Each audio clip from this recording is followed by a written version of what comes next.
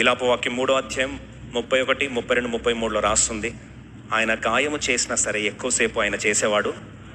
ప్రభువు సర్వకాలము విడనాడడు, ఆయన బాధ పెట్టినను తన కృపా సమృద్ధిని బట్టి జాలిపడును.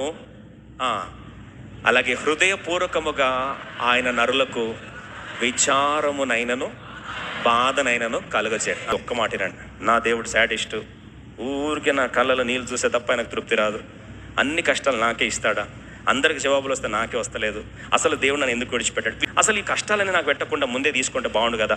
యోబు ఒకప్పుడు నేను ప్రార్థన చేశాడు, నేను పుట్టిన నా బర్త్డే శపితం అవును గాక, నా బర్త్డే డాష్ అవును గాక, నేను పుట్టిన రోజు నాశనం అవును గాక, ఆ రోజు నా తల్లి నన్ను కనకపోతే బాగుండు గాక. ఇవన్నీ చెప్పాడు. ఎవరు? యోబు ఇవన్నీ చెప్పాడు. ఇష్టం వచ్చినట్టు నేను ఎందుకు పుట్టినా, అసలు ఆ రోజే నా తల్లి నన్ను, ఆ రోజే నువ్వు పుట్టావని శుభవార్త ఎవరు చెప్పాడు? 100 అన్నాలు పట్టుకొని అన్నాడు. ఎవరంటే వాళ్ళ అమ్మ దగ్గరికి వచ్చి, వాళ్ళ అమ్మ నాన్నకి వచ్చి, కంగ్రాచులేషన్స్ యూ బిగాట్ అనే బాయ్ అంటే వానివే కొట్టాలంట. ఈయన బాధ తిట్టుకోలేక ఎవరెవరిని తిట్టుకున్నాడు చూడండి, మనుషులు తిట్టాడు. అందరు లాస్ట్కి నన్ను ఎందుకు పుట్టించానని ఇవన్నీ చెప్పి ఇన్ని అర్థం చేసుకుంటారు. ఒకవేళ దేవా నువ్వు శాడిస్ట్ అనే క్వశ్చన్ మనకంటే ఫస్ట్ ఎవరు అడగాలి? ఇర్మియా అడగాలి, సెకండ్ యోబు అడగాలి. వీళ్ళిద్దరికే రైట్స్ ఉన్నాయి, మనకు లేవు. మనకు వీళ్ళిద్దరు కూడా అడిగిన వాళ్ళు లాస్ట్కి ఏమంటారో తెలుసా? హృదయపూర్వకముగా ఆయన నరులకు విచారమునైనను బాధనైనను కలుగ చెయ్యడు. ఇంకో మాటలో, నా దేవుడు ఏదైనా నా మేలు